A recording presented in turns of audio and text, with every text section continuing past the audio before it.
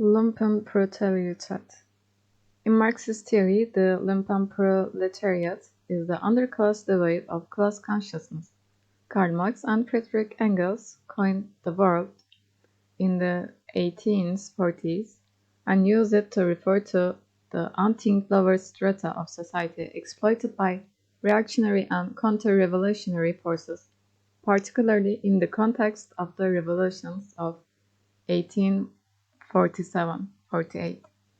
They dismissed the revolutionary potential of the lumpenproletariat and contrasted it with the proletariat. Among other groups, criminals, vagabonds, and prostitutes are usually included in this category. The Social Democratic Party of Germany made wide use of the term by the turn of the century.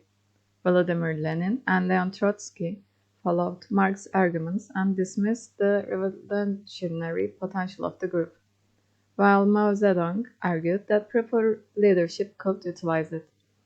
The word lumpenproletariat, popularized in the West by Frantz Fanon's The Wretched of the Earth in the 1960s, has been adopted as a sociological term.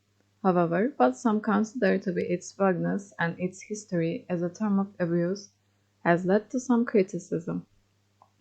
Some revolutionary groups, most notably the Black Panther Party and the Young Lords, have sought to mobilize the lumpenproletariat.